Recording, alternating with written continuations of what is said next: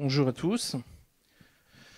Alors, l'ouverture, ça va être pour vous présenter un peu l'état de l'art, donc de la menace cyber. L'idée, c'est de vous présenter le contexte dans lequel elle évolue. Donner quelques éléments ensuite à la fin, des éléments plutôt génériques, parce que vous aurez plus de choses détaillées sur quoi mettre en place, comment le mettre en place, à travers les différents ateliers que vous aurez dans la journée. Bon, je vais me présenter rapidement, comme ça expliquera aussi pourquoi j'interviens aujourd'hui. Donc moi, je travaille chez Orange Cyberdéfense. Je suis consultant, donc c'est-à-dire que je ne suis pas un commercial, je ne suis pas sur le marketing, je suis quelqu'un qui intervient dans des structures, aussi bien sur de la partie audit pour évaluer la maturité, l'accompagnement derrière pour faire monter en maturité, la sensibilisation, mais aussi sur les crises cyber, donc pour les préparer à les crises cyber, mais aussi dans les crises cyber. Ce qui fait que j'ai, heureusement et malheureusement, beaucoup d'expérience sur le sujet et que je peux pouvoir vous en parler. Je vais juste présenter très rapidement pourquoi, juste pour vous expliquer derrière. J'utilise des chiffres en fait qui viennent de nos équipes Orange Cyberdéfense, où on est en fait en charge de services managés qui on va contrôler la sécurité de différentes entreprises, que ce soit des grandes entreprises ou que ce soit des PME, des ETI. On en a plus de 250 PME, ETI qui sont supervisées actuellement sur leur sécurité dans nos environnements. Et on a de grandes entreprises qui sont ce qu'on appelle sur les cyber-SOC. Donc les chiffres, il y a des chiffres que je vais vous présenter qui viennent de notre expérience et de nos suivis sur ces entreprises. Donc la cybercriminalité d'aujourd'hui et de demain, c'est un grand titre qui, en fait, je vais vous présenter les méthodes actuelles de fonctionnement. On va se réfléchir un peu sur comment ça se projette dans le futur. Parce que ce que je vous dis aujourd'hui, c'est pas la cybercriminalité d'il y a 3 ans et c'est peut-être pas celle de dans 1 à 2 ans. Ça, il faut le comprendre. Donc nous, on a un outil qui s'appelle le Security Navigator qui va être mis à jour dans à peu près vers le 15 décembre, qui remet tous les chiffres que je vous présente, mais actualisés sur 2021. Malheureusement, j'ai pas les chiffres, j'ai pas les tout derniers, donc je vous parlerai de ce qu'on avait vu sur 2020. Et puis des éléments un peu plus concrets aussi sur 2021, sur d'autres études, d'autres enquêtes. Le premier aspect, c'est que sur 2020-2021, on a eu des attaques qui ont été liées au sujet pandémie, mais ça a été un effet en fait au démarrage de la crise en 2020. Le sujet pandémie n'a plus été très utilisé par la suite. Par contre, ils ont profité de l'opportunité pour augmenter le nombre d'attaques. Je ne remets pas tous les chiffres constater. Vous avez un intervenant de l'ANSSI tout à l'heure qui vous parlera de l'augmentation de la cybercriminalité. Vous pourrez voir un peu les chiffres un peu importants sur 2021. Qu'est-ce que ça représente en termes de quantité d'attaques, mais je vais vous parler moi de ce que sont les attaques. Donc les tendances sur l'année, c'est que pendant les confinements, on a eu une baisse des attaques. Alors vous allez comprendre en fait, les attaquants, ce sont comme nos entreprises, ce sont des structures organisées, et puis quand les gens sont confinés, ils travaillent un peu moins, ils sont un peu moins productifs. On a eu aussi énormément de vulnérabilités dans les produits de sécurité. C'est toujours le cas. C'est pas une tendance 2020, c'est aussi, on l'a encore vu cette année, il n'y a pas longtemps, des vulnérabilités sur les applications, sur les systèmes de sécurité, sur les systèmes d'exploitation sont nombreuses et on a vraiment des chiffres très importants sur le sujet. Et vous allez comprendre tout à l'heure que les vulnérabilités, c'est un des axes d'attaque exploité par tous ces cybercriminels. Et on a le sujet ransomware. Alors je pense que si vous êtes vraiment à l'écoute du sujet ces 2 dernières années, vous en avez bien entendu parler. Si vous n'êtes pas du tout intéressé au sujet, vous êtes un peu dans une autre bulle d'intérêt, vous allez voir que le ransomware, c'est le grand sujet des cyberattaques, et surtout un principe qui s'appelle double extorsion, qui est, lorsque vous prenez un ransomware, d'une part, il faut payer pour déchiffrer, et d'autre part, il vous demande de payer pour qu'il ne divulgue pas vos données. On a même des phénomènes de triple extorsion, où il rajoute une petite couche, mais c'est l'évolution. Ce qu'on avait constaté, ce qu'on constate toujours, et je pense que les chiffres vont faire qu'augmenter avec la mise à jour de cette année, c'est qu'on est sur les petites organisations qui sont quand même pas mal touchées. Les grandes, parce qu'elles ont une forte exposition, sont forcément les plus touchées.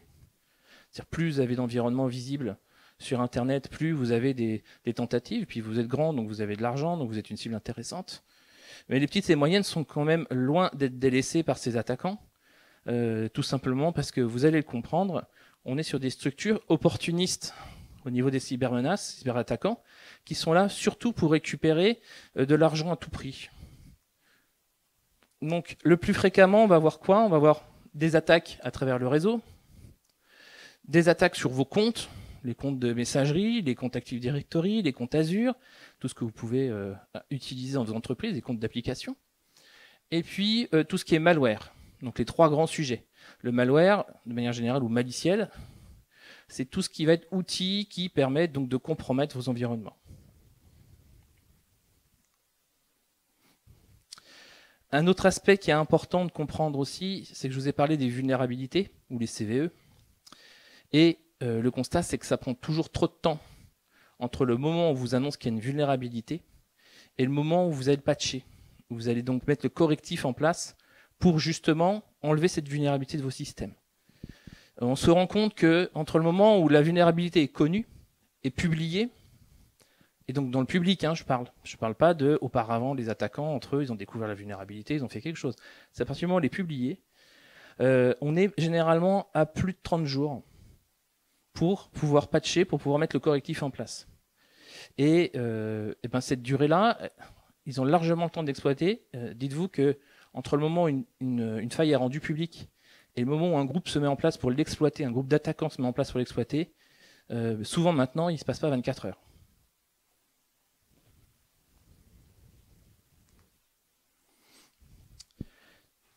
Pour revenir un peu sur le risque cyber, j'ai pris deux études qui est donc d'Alliance, donc la 2019 et la 2020, si je me souviens bien, c'est ça, sur les top risques en France.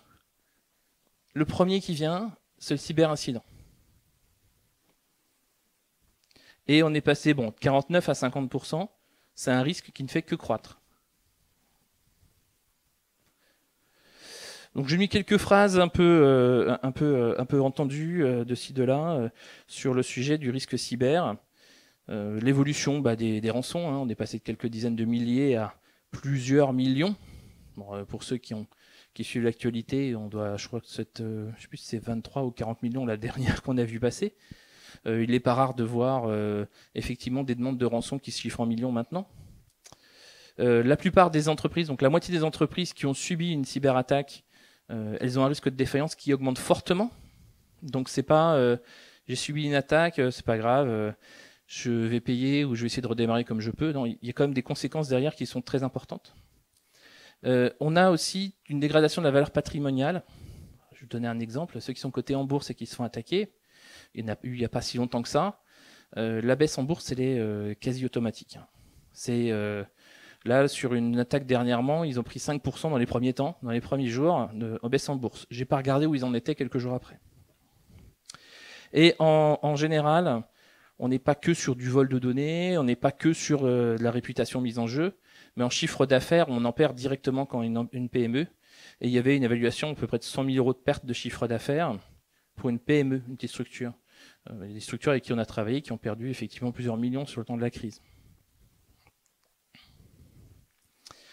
Et donc si on focalise un peu sur ces attaques cyber, je vous ai parlé du ransomware ou rançongiciel, mais les premières attaques que vous subissez, c'est quoi? C'est toute la partie qu'on appelle le phishing ou spear phishing. Donc, je vais expliquer un peu plus en détail tout à l'heure, mais je pense que c'est un terme qui est assez, on va dire que les gens connaissent bien maintenant.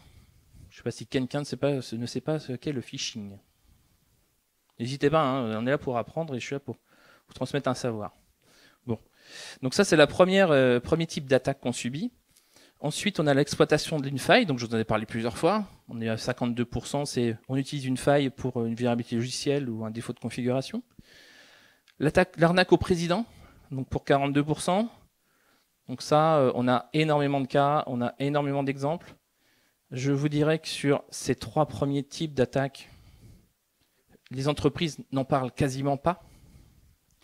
Donc c'est vraiment de la déclaration, c'est le baromètre cybersécurité du CESIN qui est un club d'utilisateurs de l'informatique et qui font une enquête annuelle, donc c'était celle de cette année. Les gens répondent de manière anonyme et généralement on ne témoigne pas sur ces premières parties. On n'est jamais fier d'avoir pris une arnaque au président. Ensuite, on a les tentatives de connexion, les attaques en déni de service, etc. Donc on a vraiment une panoplie d'attaques utilisées par les cyber attaquants. Là, j'ai mis quelques exemples. Je n'ai pas mis forcément les plus récents. D'habitude, j'aime bien prendre le temps de chercher la dernière semaine d'attaque. Mais bon, on voit très vite qu'on a quand même pas mal de structures qui sont attaquées. Donc ça, c'est pas les plus récentes. Mais si on regarde un peu, on a eu Pierre Fabre il n'y a pas si longtemps. On a eu un géant de la restauration. Donc cela, c'est il y a moins d'un mois. Il y a piratage de la SU 2000, la Gironde, un laboratoire, le laboratoire Seva. Enfin, on a énormément de structures. Même, et là, en plein milieu, là, une station d'assainissement. Donc c'est pas juste une question de taille. Je crois que c'était 35 000 euros de rançon qu'ils demandaient pour débloquer la station d'épuration. Nantes, le lycée, qui a bloqué 5 000 élèves. Et puis, on en a d'autres. Donc là, on a un total de 590 millions demandés aux États-Unis en termes de rançon. Rien que sur ce premier semestre. On a Avril dernièrement et on a Bureau Veritas, Saint-Afrique. Je ne sais pas si vous connaissez. Voilà, exactement, dans l'Aveyron. Petite commune. Non, bien, moi, quand je les ai eu au téléphone, je ne les connaissais pas du tout. Je ne sais pas où c'était. J'ai cherché un peu. Donc petite commune, qui pourtant a un peu d'informatique et s'est retrouvée effectivement compromise et bloquée. Ils ont pas mal communiqué. Alors tous ceux qui sont là, ce sont des articles. C'est sans compter tous ceux qui ne le disent pas, sans compter tous ceux qui ne publient pas sur le sujet, qui veulent garder ça pour eux. Bon, sachez quand même qu'au bout d'un certain temps, tout se sait. C'est-à-dire qu'il y a des structures, il y a des journalistes qui suivent de très près l'actualité et qui publient sur ces sujets. Donc le jour où vous avez une attaque, ou subissez un ransomware, bon, se taire ou faire semblant de tout va bien n'est pas forcément la meilleure solution. Communiquer, ça peut être meilleur pour votre image et vos structures. Enfin, revenons à la menace cyber. Alors la menace cyber, je ne sais pas si vous connaissez des acteurs des cyberattaques, des groupes. Est-ce qu'il y en a qui sauraient me donner un nom? Ah, alors ça, c'est un hacker à l'ancienne. Monsieur Mitnick, c'est un hacker à l'ancienne. Mais oui, depuis, il s'est reconverti, il est consultant, il remet des magnifiques cartes de visite en métal, qui sont assez collector d'ailleurs. J'ai quelques collègues qui les mettent de côté. C'est un peu un trophée de le rencontrer pour des ethical hackers chez nous. Non, en fait, Mitnick, c'est la vieille école. Aujourd'hui, on est sur des groupes structurés, on est sur des groupes d'attaquants qui ont une organisation. Tout à l'heure, je vous ai fait une analogie avec vos entreprises. C'est complètement le cas. Donc, on a des groupes avec des affiliés, des franchisés. Donc ça, c'était fin 2020. Donc, on a des grands groupes comme Maze, Revil, Conti, qui sont en fait quand vous subissez une attaque, quand vous regardez un peu les articles, vous allez voir, t'es attaqué par tel groupe. Tout à l'heure, on a eu quelques-uns sur les exemples que j'ai donnés. Et il y a des parts de marché de ces attaquants. Mais par contre, ces attaquants, ils sont pas. Les groupes changent et bougent. C'est-à-dire qu'en décembre 2020, ceux que je viens de vous présenter juste avant, donc par exemple Maze, il disparaît. Est-ce qu'il disparaît parce qu'il a été dissous, arrêté, etc. Non. C'est juste qu'ils changent de nom, ils ont d'autres outils, il y a des structures qui font du rebranding. Il y a un grand exemple dernièrement, une société qui a changé de nom pour pouvoir avoir une meilleure image. De la même façon, ces groupes changent aussi de nom, soit pour pouvoir repasser sous les radars de la police, soit parce qu'ils ont peut-être plus une très bonne réputation au milieu des attaquants. Là, ce que je vous affiche, il y en a qui ont disparu parce que 2021, on a vu beaucoup d'opérations de police internationales qui ont permis de démanteler une partie de ces réseaux. Je pense, c'est Grégor, si je me souviens bien, qui a eu en début d'année Eryville, là dernièrement. Alors pourquoi je présente ça de cette façon? Je parle des groupes. Tout simplement parce que le rançongiciel, c'est un business. C'est un business model. C'est vraiment un modèle financier pour ces structures. Elles sont là pour gagner de l'argent. Donc c'est plus une problématique, comme j'ai mis une problématique métier, parce que en fait, il y a des phrases célèbres qui sont qu'on voit régulièrement, qui est c'est pas si, c'est quand vous allez être attaqué. Ces structures, elles sont à la recherche d'opportunités de se faire de l'argent, quelle que soit la taille de la société en face. Vous avez bien vu tout à l'heure, station d'assainissement, c'est 35 000 €. Bon, s'ils en font une dizaine dans la semaine, c'est toujours ça comme rentrée d'argent. Et puis, donc il y a une demande insatiable parce que ça rapporte de l'argent. Donc, il y a toujours une grosse demande sur des structures pour avoir des logiciels, pour pouvoir mener ces attaques. Il y a une fourniture limitée. Et puis, il y a un échange monétaire fluide. Donc, les crypto-monnaies aident beaucoup pour transférer les rançons, récupérer les rançons, et pour eux pouvoir discrètement, ou on va dire relativement discrètement, récupérer l'argent de leur butin. Alors pour l'anecdote, on parle beaucoup du Bitcoin. Sachez que le Bitcoin est de plus en plus abandonné par les hackers. Ils se tournent vers des monnaies virtuelles qui sont moins traçables. Parce que dernièrement, ils se sont fait prendre de l'argent par le FBI ou par d'autres structures. Donc ils n'ont pas apprécié de se faire récupérer l'argent. Ils se tournent vers des monnaies moins traçables comme, alors c'était quoi? C'est le Monero. Je ne sais pas si vous connaissez.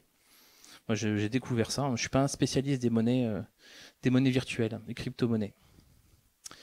Et d'ailleurs aussi, j'avais regardé une statistique il n'y a pas si longtemps, c'est que 60% des sociétés de moins de 1000 personnes au Royaume-Uni avaient fait l'acquisition de Bitcoin l'année dernière pour le cas où vous aurez payé un ransomware.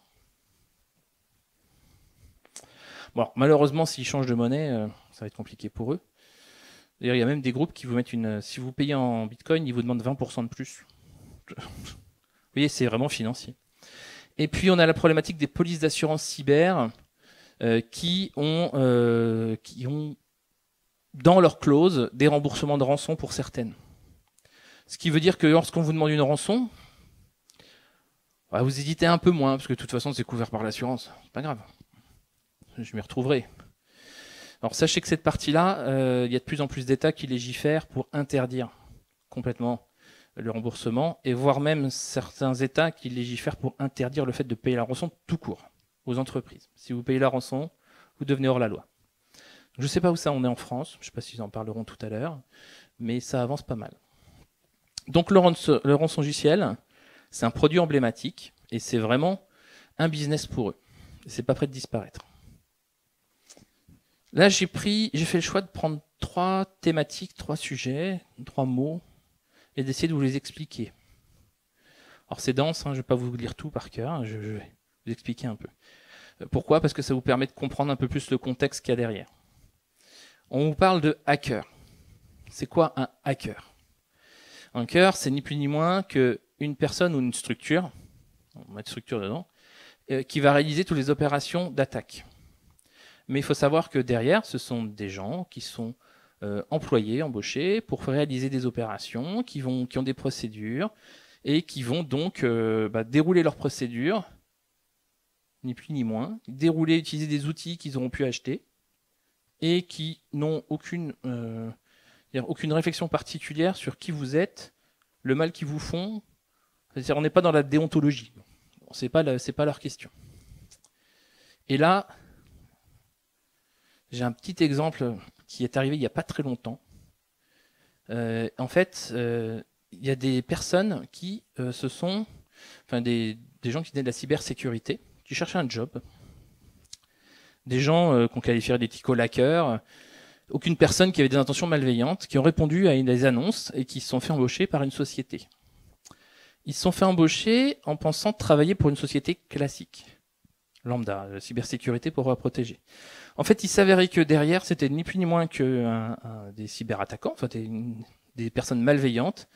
Et en fait, toutes les opérations qu'ils menaient, sans le savoir, avaient pour objectif de déployer des outils d'attaque et de faire du mal aux entreprises. Elles se sont fait berner pendant quelques temps.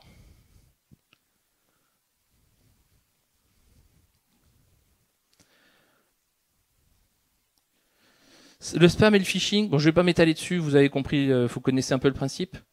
Sachez que le phishing est soit ciblé Et on parlera de spear phishing parce que on a tout intérêt à identifier la personne. Donc l'arnaque au président, par exemple, appelé du spear phishing, c'est bien envoyé à la personne qui a les capacités à débloquer des fonds financiers. Donc votre entreprise a été étudiée, analysée, et ils savent à qui ils envoient. Et le phishing, de manière générale, c'est ni plus ni moins que l'envoi de courrier de masse en espérant que des gens vont cliquer sur le lien pour se faire contaminer. Alors il y avait une structure qui a disparu, qui s'appelle Emotet. Donc c'est un groupe d'attaque dont le principe était, ils envoient des mails en masse. Les gens qui cliquent et se font compromettre, aussitôt, leur client de messagerie renvoyait tout ce phishing à leur liste de contacts. Et c'est comme ça qu'ils se sont propagés, répandus, qu'ils ont réussi à s'installer dans certaines structures et à installer leurs outils d'attaque, enfin d'intrusion, d'intrusion pour l'instant, vous allez comprendre pourquoi tout à l'heure, sur énormément de structures. Alors ils ont été démantelés et depuis, il y en a d'autres qui ont pris la place. Je crois que le dernier, c'est Squirrel Waffle. Si quelqu'un comprend. Ils ont de l'humour aussi.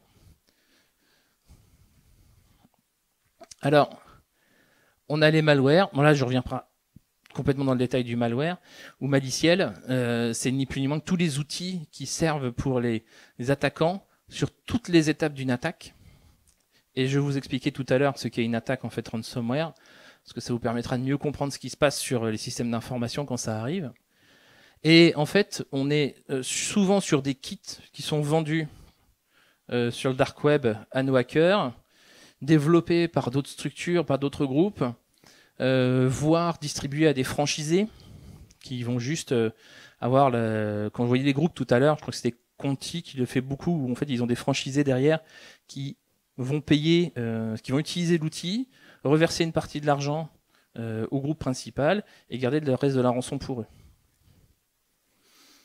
Et derrière, il y a des facteurs comme distribution, mise en place d'infrastructures de serveurs, de command and control, parce que ils ont besoin d'infrastructures pour faire tout ce qu'ils font. Ils ont l'identification des points d'infection, donc ils savent quand vous avez été infecté et ils font des recherches après sur vous. Et puis toute la partie blanchiment d'argent. Et là, on revient sur les monnaies virtuelles, etc. Le dernier point, c'est le vol d'informations. De toute façon, à l'heure actuelle, dès que vous prenez un ransomware, vous avez à peu près 90% de risque qu'ils aient aussi récupéré de la donnée. Alors, quand ils récupèrent de la donnée, ils font pas toujours attention à ce qu'ils récupèrent. Donc, si vous avez de la chance, ils ont récupéré des choses qui n'ont pas d'importance. Si vous en avez moins, ils ont récupéré des données personnelles, voire des données personnelles de vos collaborateurs, des usagers, voire des données médicales aussi dans d'autres cas. Et là, en fait, tout ça, ça a de la valeur. Tout ça, c'est revendu. Tout ça vaut quelque chose sur Internet, que ce soit pour forger des fausses identités. Donc, on peut regarder toutes les histoires de fraude qu'on a eues sur les aides Covid. Alors, moi, en France, même s'il y en a eu quelques-unes, mais il y a des gros cas aux États-Unis où les fraudeurs, ils ont acheté des identités, des identifiants sur Internet, et puis ils se sont déclarés comme ayant besoin des aides. Comme ils avaient tout à disposition, les numéros de sécu, les numéros d'identité, c'est bon, c'est passé tout seul. Bon, il y en a qui ont fini par se méfier, mais il y en a beaucoup qui passent sous les radars. Tout ça pour arriver à vous présenter un peu l'écosystème. Alors je pense que depuis tout à l'heure, je vous ai préparé à cette vision. C'est-à-dire que la cybercriminalité, on n'est plus sur un Kevin Mitnick dans son coin, on n'est plus sur une personne, un geek ou un génie qui va vous attaquer, qui va essayer de compromettre votre système d'information. On est vraiment sur un système organisé. Et là, on a des marketplaces, donc où ils vont acheter, revendre des services, des produits, des données. On va avoir des producteurs de malware, publicitaires ou classiques. On va avoir les hackers qui ont exploité et utilisé tout ça, revendre de l'information. On va avoir toutes les équipes de spam et phishing, j'ai parlé de Demotet qui étaient dédiées uniquement à ça. Voilà, les victimes, les botnets, enfin c'est tout un écosystème, toute une chaîne de valeur avec de l'achat, de la revente, de l'amélioration. Ils ont une recherche et développement. Je vous ai dit tout à l'heure, une vulnérabilité sort dans le public, est affichée, et qu'en 24 heures vous avez des structures en face qui l'exploitent pour attaquer, c'est parce qu'ils ont une R&D très efficace. Et ils lésinent pas parce que chaque fois que vous payez une rançon, je prends l'exemple, il y avait la structure qui avait payé 11 millions de dollars de rançon. Les 11 millions, bah, ils servent à quoi? Ils servent à financer tous ces aspects, la cybercriminalité. Donc quand on paye la rançon, on permet à cette mafia, on peut parler de groupe mafieux, à cette mafia bah, de s'entretenir, de se développer et de continuer. Je sais pas, il y avait une photo en cours, c'est bon?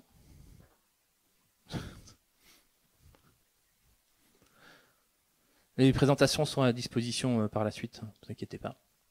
Oh, et ben là, on voit pas le bout. Bon. Celui-là, c'est vous parler du ransomware. L'objectif, c'est de vous présenter un peu comment ça fonctionne. En fait, un ransomware, c'est bien, mais derrière, il y a plein d'actions et plein d'activités.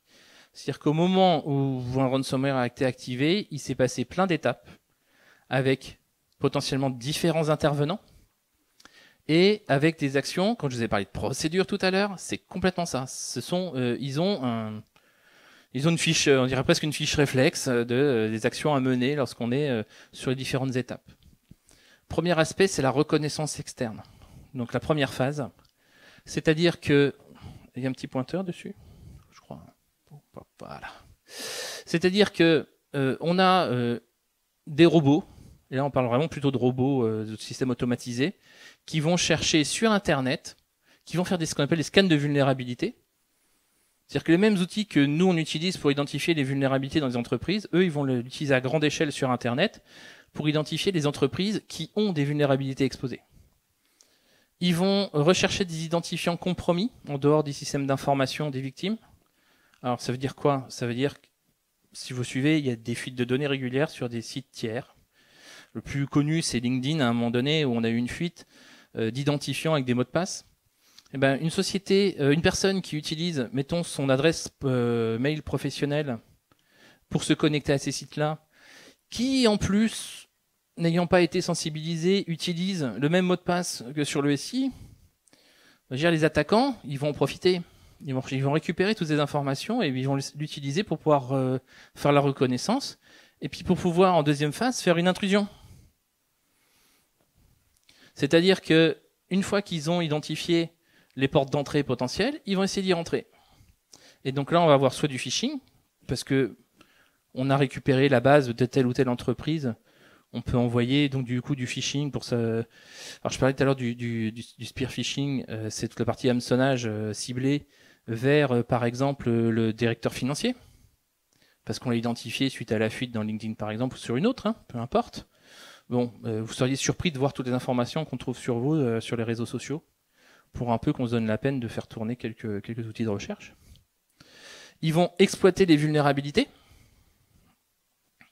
Donc on sait que telle ou telle structure est vulnérable, hop, on va l'exploiter. Il y a eu un grand exemple qui était un VPN qui s'appelait PulseSecure il y a un an et demi, 2 ans, où il y avait une faille de sécurité qui vous permet de récupérer les identifiants en menant un certain type d'action. Bah, ne vous inquiétez pas que les attaquants, ils ont vite exploité, ils ont récupéré des bases de données de comptes administrateurs. Il y a l'utilisation de comptes légitimes sur accès distant. Bah oui, celui qui a utilisé son adresse mail ici ou un identifiant proche, bah, ils vont tenter de le réutiliser là. Et puis le malspam, c'est envoyer tout simplement des charges de malware dans les mails. Une fois qu'ils ont réussi à rentrer sur l'entreprise, sur le système d'information, soit ils vont revendre alors j'en ai parlé tout à l'heure, soit ils vont revendre l'accès, parce que leur spécialité à ce groupe-là, bah, c'est de rentrer et d'avoir un point d'entrée. Soit ils vont mener les actions suivantes, qui vont être une partie reconnaissance interne. Donc ils sont rentrés, ils vont faire comme fait n'importe quelle entreprise qui veut vous aider aussi à vous sécuriser, c'est qu'on va faire une cartographie de votre système d'information. On va identifier les solutions de sécurité que vous utilisez. Ah, tel antivirus. Alors, tel antivirus, il y a peut-être une méthode pour l'arrêter ou le contourner. Ah, on va s'enseigner. Tel système, là, est-ce qu'on a une solution? Non, on n'a pas moyen. Donc, quelle technique on va utiliser pour pouvoir contourner la solution? Et bon, alors là, j'ai laissé optionnel, mais c'est même plus vrai, c'est systématique maintenant. C'est localisation des sauvegardes. Où sont vos sauvegardes? Et ça, ils veulent le savoir à tout prix. Vous allez voir pourquoi.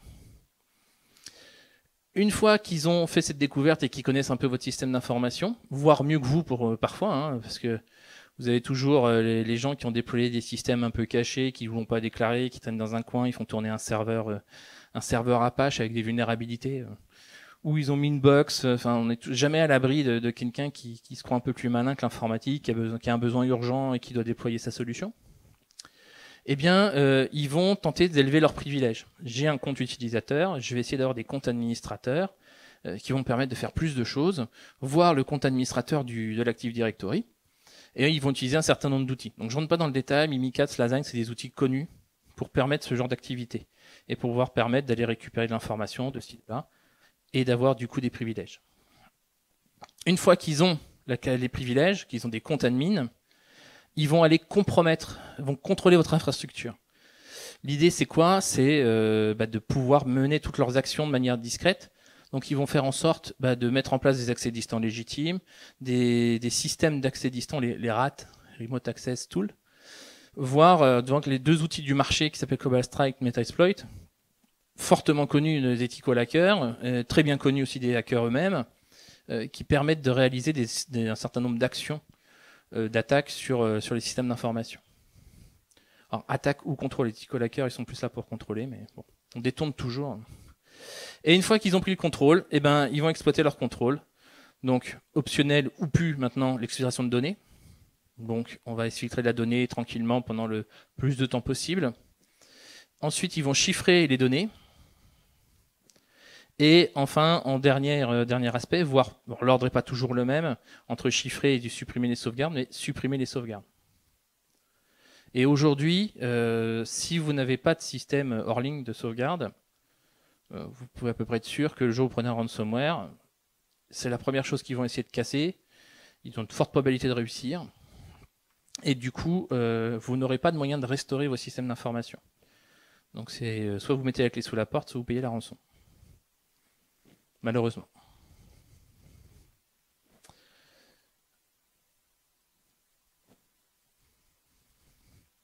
Alors, juste en résumé par rapport à tout ça, donc je pense que ça vous donne quand même une meilleure vision de ce que c'est un attaquant ransomware, les groupes.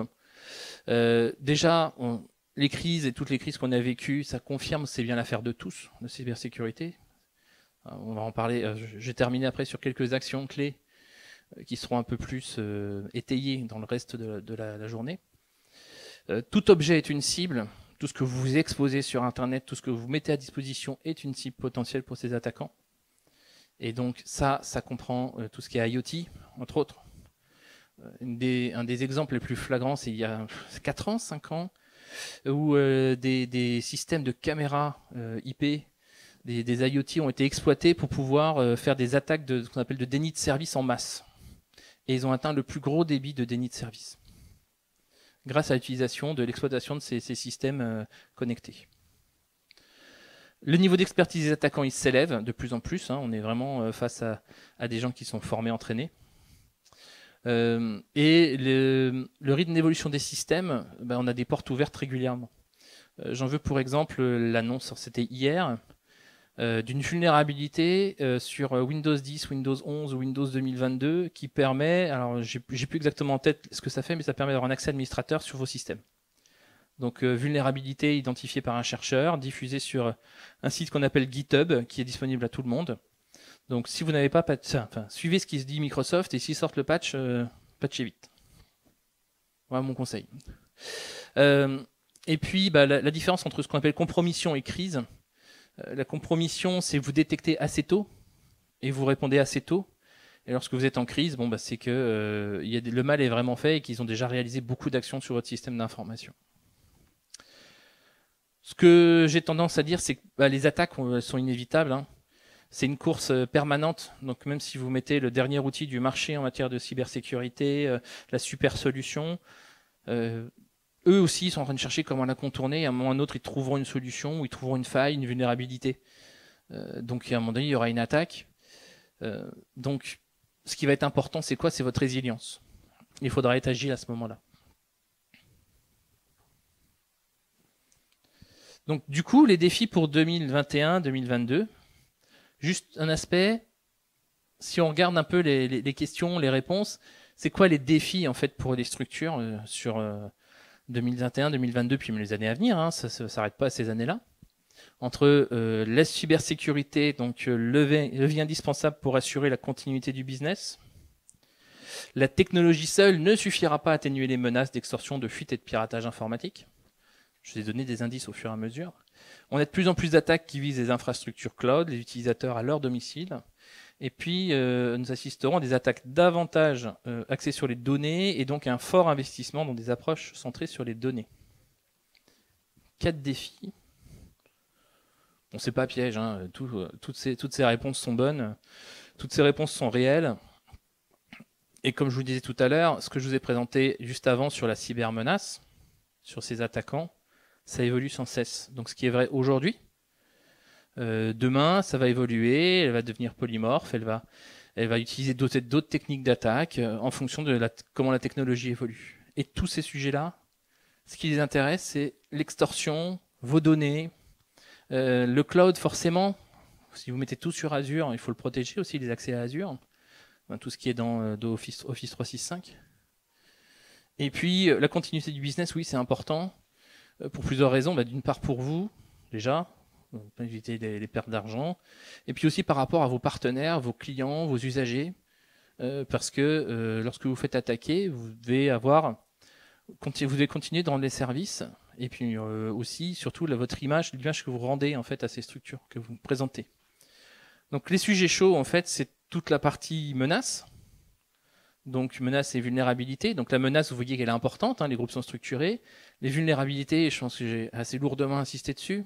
On en a beaucoup, ils les exploitent. Le fait de se concentrer sur les données pour les protéger, gérer l'après-Covid, donc les nouvelles situations de travail, les employés à la maison, comment je protège leurs connexions, comment je protège leurs environnements.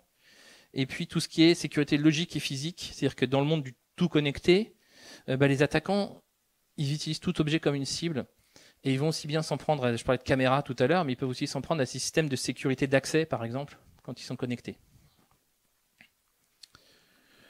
Alors, il ne me reste plus beaucoup de temps, je crois, hein, il doit me rester 5 minutes. Ah. Super, bon. Je vais aller rapidement sur la fin pour avoir les questions-réponses. Les enjeux, donc ça va être protéger les actifs essentiels, donner de la confiance aux clients, je vous disais tout à l'heure, l'image que vous rendez, les clients, les usagers, la maintenir. Vous allez avoir, si vous êtes sous-traitant par exemple de grosses structures, vous allez avoir de plus en plus des demandes de confirmer que vous avez un niveau de sécurité suffisant chez vous. Parce que les grosses structures ne veulent pas être soumises au risque de leurs sous-traitants ou de leurs partenaires. Il y a se conformer à un cadre réglementaire, légal. Bon, ça, il y a RGPD compliance. Donc ça, je pense que mais il y a d'autres réglementations auxquelles vous êtes soumis. Et puis donc assurer le service au client, forcément. Ce sont vos gros enjeux. Je pense que je vous apprends rien là-dessus. Il y a surtout l'aspect confiance qui se renforce. Et puis le fait de bien présenter que vous êtes sécurisé, vous prenez les mesures qui vont bien. Alors si on prend en termes de chantier, et puis à la limite, j'ouvre les questions-réponses maintenant avec ces chantiers. Première chose, c'est se préparer à la crise. Donc c'est de définir un process. Alors souvent, les entreprises me disent, c'est bon, s'il y a une crise, on se connaît tous, demain, on sait s'appeler, on sait se retrouver, on saura gérer la crise. Pour le Covid, on s'est arrangé à la dernière minute. C'est pas, pour la crise cyber, c'est pas tout à fait la même chose. Il faut réagir rapidement. C'est des temps. On n'est pas à la minute près, mais on est à moins de 30 minutes. Si vous savez pas quelles décisions prendre, quelles actions entreprendre rapidement, vous avez toutes les chances pour que votre système d'information, le niveau de compromission soit encore plus élevé et que vous ayez encore plus de mal de vous en remettre. Il y a renforcer les capacités de détection des attaques cyber. Pourquoi ? Tout simplement, c'est que actuellement, vous ne savez pas ce qui se passe sur votre système d'information quand vous n'avez pas ces systèmes-là. Et que si vous ne voulez pas vous retrouver en phase finale d'exploitation, de contrôle, prise de contrôle de votre infrastructure, pouvoir détecter des choses rapidement. Alors, je ne dis pas de mettre en place un SOC. Je ne sais pas si vous connaissez le terme, tous les services, les centres d'opération sécurité, où vous avez des grosses infrastructures de gestion de logs, mais des outils de détection assez simples et plus petits qui vous permettent déjà de savoir ce qui se passe sur un poste et de bloquer des actions malveillantes connues. Au-delà de l'antivirus lui-même. Il y a reconsidérer la politique de gestion des accès. C'est-à-dire que demain, j'ai ouvert mon SI, j'ai mis en place des accès pour tout le monde, ou alors ça fait des années que ça fonctionne de cette façon, je me suis jamais remis en question. Et à un moment donné, il faut quand même regarder qui a accès à quoi, qui a des droits d'administrateur, comment je gère mes accès. Est-ce que j'ai du multifacteur pour gérer mes accès et protéger les comptes administrateurs? J'ai du télétravail, j'ai ouvert des accès VPN, comment est-ce qu'ils sont gérés? Et s'assurer que c'est pas trop ouvert, en fait. Il y a protéger le dernier rempart qui est la sauvegarde, ça vous l'avez compris. La sauvegarde. Multiplier les copies, multiplier les supports, voire externaliser. On peut aller jusqu'à ce niveau-là pour s'assurer de l'intégrité. Donc il y a des systèmes, il y a des solutions. Et puis les basiques, mettre à jour, on parlait des vulnérabilités, patcher, sensibiliser et auditer. C'est qu'à un moment donné, il faut quand même savoir où vous en êtes. Il faut aller regarder, il faut demander à des structures de regarder où vous en êtes. Puis s'assurer que vous n'avez pas de failles béantes ou d'éléments qui vous mettent à risque. L'humain, toujours en première ligne, mais ça, on a parlé plein de fois. 85% des attaques commencent par l'humain, l'hameçonnage, l'erreur. Et puis, avec une bonne sensibilisation, on peut éviter une partie de ces attaques. Je ne vous dis pas que ça permettra à tout le monde de les éviter, mais ça permettra déjà d'en éviter quelques-unes. On me fait penser à un stagiaire en formation il n'y a pas longtemps qui me dit, mais avec tout ce qu'on a comme information, personne ne peut dire qu'il n'est pas au courant qu'il y a des attaques cyber. Pour lui, alors c'est un RSSI, pour lui, il dit c'est pas possible, on ne peut pas ignorer qu'il y en a. Sauf que, si vous êtes là aujourd'hui, c'est que vous êtes déjà un peu sensibilisé au sujet, c'est que vous regardez déjà un peu l'information, mais il faut dire que la plupart des gens, ils vivent dans leur bulle d'information et d'activité. C'est-à-dire surtout si vous êtes dépendant si vous êtes l'information sur les réseaux sociaux, ils vous proposent des informations qui vous intéressent dans votre bulle, dans vos activités principales. Donc tout ce qui est cyberattaque, tout ce que je vous ai présenté tout à l'heure, qui nécessite une recherche très courte pour trouver toutes ces infos, ils ne le voient pas du tout. Donc il faut se dire quand même que la plupart des gens, tant que vous ne leur avez pas fait une sensibilisation ou ne les avez pas informés du sujet, ils ignorent, il faut partir du principe qu'ils ignorent ce qu'est une cyberattaque et que c'est quoi la menace derrière. Alors je vous dis pas de les prendre pendant 1 heure comme là, il y a d'autres manières plus simples. Voilà, anticiper, le grand sujet c'est anticiper sa défense. Bon, après j'ai d'autres slides, mais je vais arrêter là pour prendre les questions-réponses. Donc à vous. Merci Frédéric Daniel, tout d'abord pour cette très intéressante présentation. Comment s'organise la riposte des États? Elle est sans doute forcément internationale un peu. Est-ce qu'elle est vraiment efficace? Est-ce que, par exemple, comme ça s'est mis en place au niveau d'une taxation minimum sur les bénéfices des grandes entreprises, on pourrait imaginer avoir un système international où tout le monde se met d'accord, par exemple, tout le monde, une grande partie des États pour ne pas payer déjà? Parce que est-ce que ça n'engendrerait pas une diminution des attaques? Et comment, de façon générale, est organisée la contre-offensive? Alors, je pense que c'est plus avec notre délégué Annecy qu'il faudra en discuter. Moi, ce que je peux j'ai donné quelques exemples tout à l'heure, c'est que les États, la police, surtout les côtés judiciaires, est très actif. Et donc, on a des groupes qui ont été démantelés suite à des coordinations internationales. Et donc, plutôt côté policier. Maintenant, au niveau étatique, je vais ce Régis.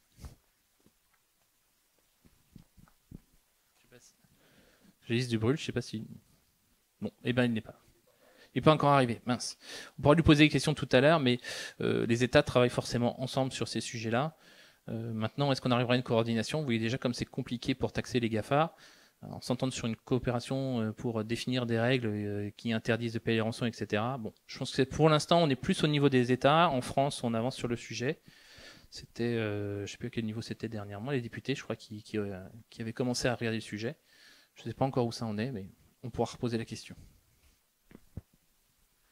Bonjour, merci beaucoup pour la présentation. J'ai 2 questions. La première, est-ce qu'on sait ce que ça représente comme nombre de hackers non étatiques, c'est-à-dire vraiment des hackers privés, entre guillemets? Et ma deuxième question, si je prends des petits bouts de votre intervention, c'est on ne peut pas éviter de se faire attaquer. Certains pays rendent illégal le fait de la rançon. Les sauvegardes sont attaquées et disparaissent. Qu'est-ce qui reste comme solution? En fait, il faut se préparer. Qu'est-ce qui reste comme solution? Il faut arrêter de se voiler la face en se disant je risque rien. C'est mettre en place, il y a des outils, il y a des sensibilisations dont j'en parlais là. Il y a des, je parlais de plan de gestion de crise, je parlais de plan de défense, enfin je ne vais même pas parler de plan de défense cyber, plan de continuité métier, mais c'est se préparer en fait. Donc le jour où ça nous arrive, c'est avoir prévu la résilience de son entreprise, savoir comment mes métiers peuvent travailler sur l'informatique le temps que je remonte, c'est avoir mis mes sauvegardes en sécurité auparavant, donc ça avoir revu dans ce cas de figure ces infrastructures de sauvegarde, et c'est aussi savoir comment je reconstruis mon système d'information et avec quelle priorité. Ça va permettre de sortir de ces situations. Aujourd'hui, je pense que personne ne peut, enfin aucune structure, aucune société, que ce soit privée, étatique, ne peut vous garantir que demain il vous arrivera rien, même en mettant en place les meilleures solutions, déjà qui vont coûter un bras, hein, soyons clairs. Ça peut arriver, parce que vous voyez bien que c'est effectivement des gens qui recherchent en permanence la manière de contourner ces solutions, une nouvelle manière d'attaquer. Je ne sais pas si ça... Non. Non, on n'a pas d'idée du nombre de hackers qui sont derrière. En tout cas, moi, j'ai pas de chiffres autour de ça. Peut-être que, pareil, côté État, police, il y en a peut-être. Quand on voit, par exemple, des groupes qui tombent, on parle d'une dizaine, une quinzaine de personnes à chaque fois qui sont arrêtées. J'ai pas vu de chiffres passer actuellement en centaines de personnes. Maintenant, il faut regarder les choses en face. Il y a des pays où il y a des gens qui sont formés à l'informatique, ou si vous leur dites que vous allez avoir un salaire, vous pouvez mettre en place des plateaux complets d'opérateurs qui vont dérouler vos procédures. Et eux, c'est la question, c'est pas de savoir si ce qu'ils font, c'est d'être payé à la fin du mois. Donc on peut avoir des groupes très importants. Alors je vous cache pas que les annonces de recrutement, ils n'ont pas toujours des réponses, hein, parce qu'on voit des annonces de recrutement des hackers passer. Dernièrement, c'était quoi? C'était AS400. Ils avaient recruté sur Linux aussi. Et comment dirais-je, ils sont très actifs. Donc ça se développe.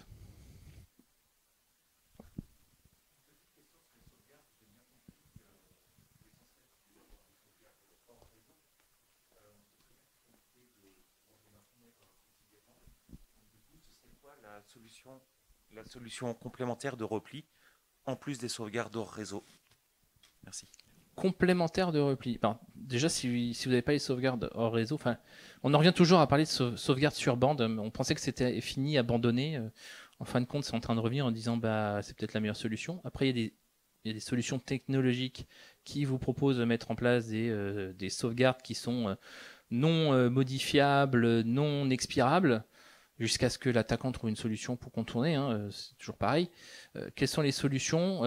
C'est au niveau de c'est travailler avec les métiers en fait. C'est un travail avec vos métiers pour savoir c'est quoi l'utilisation au quotidien de leurs outils, où se trouvent leurs données. Est-ce que les données, si je les perds, je peux les récupérer, les retrouver d'une manière ou d'une autre? Par exemple, je vais prendre l'administration des ventes. Peut-être que les informations, les commandes sont dans une solution de CRM qui est externalisée dans le cloud. Et donc, du coup, si je perds l'information sur mon SI, je vais peut-être pouvoir aller les récupérer à ce niveau-là. Mais ça demande du temps, de la main-d'œuvre, et ça demande de l'avoir envisagé, de l'avoir anticipé. Je ne sais pas si...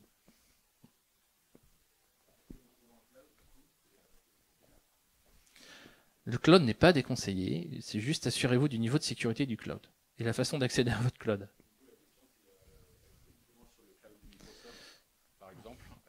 Est-ce que c'est avec une sauvegarde cloud to cloud fait par des opérateurs angevins par exemple, c'est suffisant comme niveau de sécurité? Alors, je vais répondre assez simplement quand vous êtes dans le cloud, selon le niveau d'engagement que vous avez pris, ça va être suffisant ou pas. Je suis désolé, c'est un peu réponse de Normand. C'est-à-dire qu'il faut vous assurer que les engagements que vous avez signés, que l'entreprise à qui vous signez a pris sur le temps de restauration, sur le stockage de vos données et sur leur niveau de sécurité. Parce qu'on parle là, par exemple, de Cloud Angevin, donc de structures de la région, le niveau de sécurité qu'elles mettent en place chez elles. Il n'y a pas très longtemps, une société de cloud qui n'était pas de la région, elle s'est fait pirater, ces systèmes. Et pourtant, ils avaient plein de clients chez eux. Et ces clients, il y en a qui souhaitent rester, il y en a qui vont en partir. Donc c'est vraiment le niveau d'engagement. Alors Microsoft, si on prend l'exemple Microsoft qui est moins du coup régional, La plus grosse problématique, c'est si vous avez des données que vous ne souhaitez pas donner, exposer au gouvernement américain. Et puis si vous ne gérez pas non plus l'identification. Alors je parlais tout à l'heure de multifacteur. C'est-à-dire que quand vous vous connectez sur le cloud Microsoft, si vous n'êtes pas assuré qu'il y avait une solution qui vous permettait de s'assurer de l'identité de la personne qui se connecte, je veux dire, vous laissez une porte ouverte, quoi.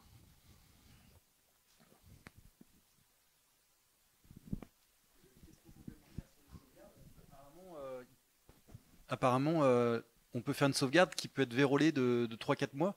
Donc, est-ce que vous avez un conseil là-dessus? Alors oui, ce que je vous ai présenté tout à l'heure sur le ransomware, ça se passe pas en un jour. Effectivement, c'est une bonne question. C'est que entre le moment où ils ont fait la première phase d'entrée et le moment où ils ont pris le contrôle, il peut s'être déroulé plusieurs mois. Donc quand vous restaurez une sauvegarde, même si vous la prenez très ancienne, même à 3 semaines, vous n'êtes pas à l'abri qu'il y ait dedans pas déjà l'implant d'attaque, la solution utilisée par l'attaquant. Donc de toute façon, lorsque vous allez récupérer vos sauvegardes et les restaurer, vous n'échapperez pas à une étape qui est de contrôler et de vérifier s'il n'y a pas l'outil de l'attaquant dedans. Et là, ça sort souvent de votre domaine d'expertise. J'aurais tendance à dire qu'il faut s'appuyer sur des prestataires spécialistes du sujet, de réponse à incident en général, qui vont faire l'investigation. Donc d'ailleurs, je vais en profiter, c'est-à-dire que vous pouvez tenter de payer la rançon en vous disant de toute façon ça sera mieux, je sais pas comment reconstruire, j'ai pas prévu, j'ai pas anticipé, je paye la rançon. Vous payez la rançon, vous récupérez parce que le groupe qui vous attaquait, il a une bonne réputation, parce qu'ils ont des réputations comme quoi ils vont bien vous rendre votre clé de chiffrement, vous déchiffrez vos données, vous réinstallez vos systèmes. Sauf que si vous ne mettez pas en face les mesures de sécurité, les contrôles dont je viens de parler, que vous n'identifiez pas par où il est passé, quelle vulnérabilité il a exploité, ils reviendront. Ils reviendront. Il y a des structures qui se sont faites réattaquer 2 semaines, 1 mois après, quoi.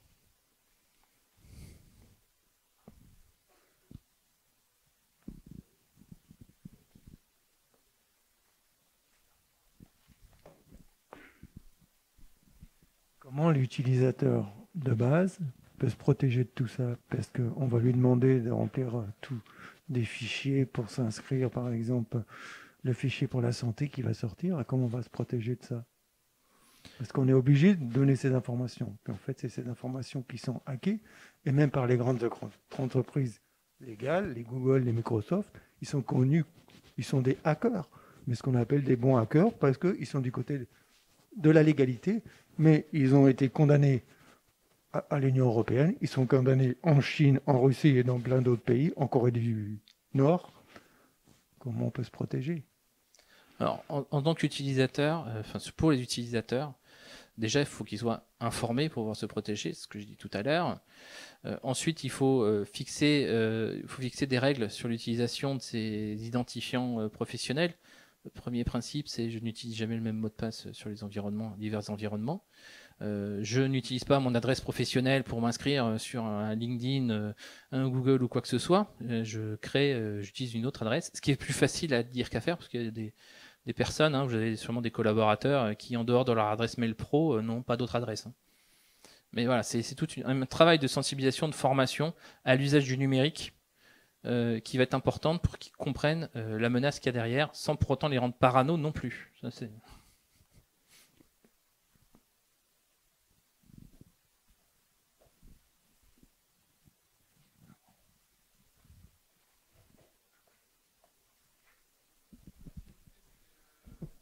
Merci, j'en profite. Je repose une question. Vous venez d'évoquer finalement le fait de se préparer, etc. Et puis dans la dernière phrase, vous venez d'utiliser le mot formation.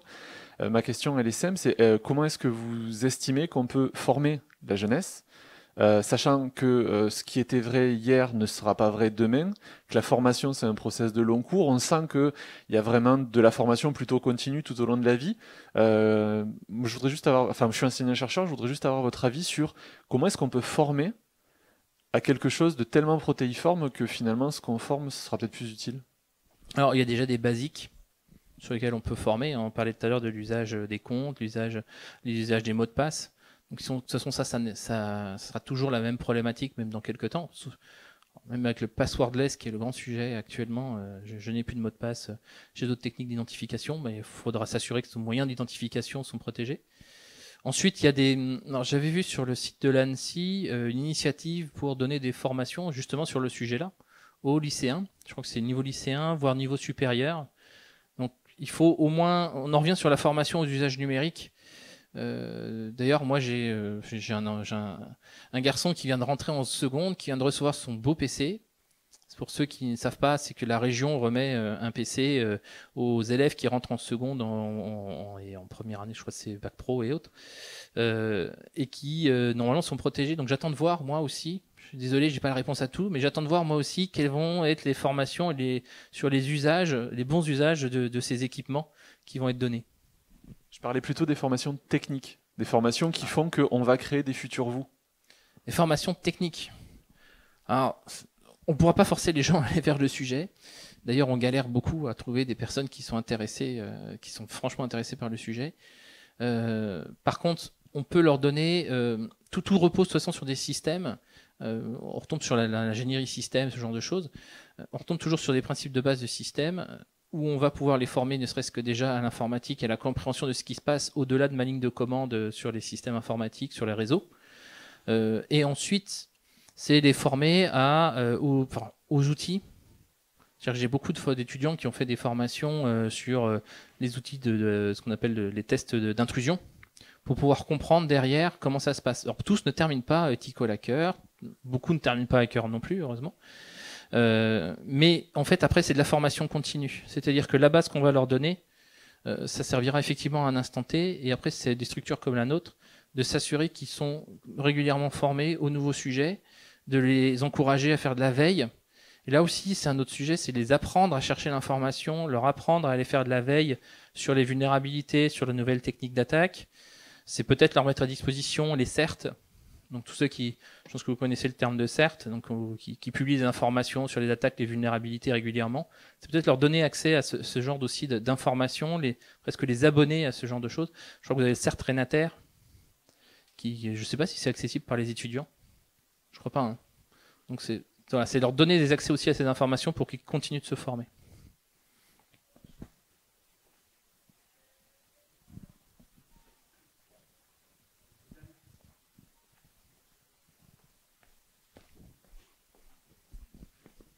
Quelqu'un veut poser une dernière question, sinon j'en ai une. Oui, alors pour les TPE-PME qui n'ont rien prévu, comment on peut faire pour convaincre le directeur financier de donner un budget récurrent? Je disais tout à l'heure, il ne faut pas tomber dans la parano, mais en même temps, faut qu'il soit informé et sensibilisé.